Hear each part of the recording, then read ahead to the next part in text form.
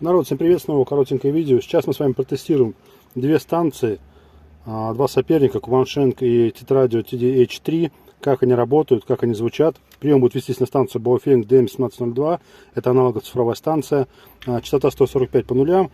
На обоих станциях будет минимальный уровень мощности. Мы посмотрим, как работает эта станция с альтернативной прошивкой и как эта с заводской прошивкой. Поехали! Раз, два, три, четыре, пять. Работа с радиостанцией Кваншенк УВК-5. Вот так звучит радиостанция Кваншенк УВК-5 с альтернативной прошивкой AJV. Раз, два, три, четыре, пять.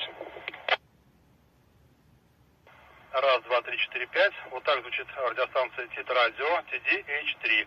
1, 2, 3, 4, 5. Это радиостанция Тетрадио TD-H3.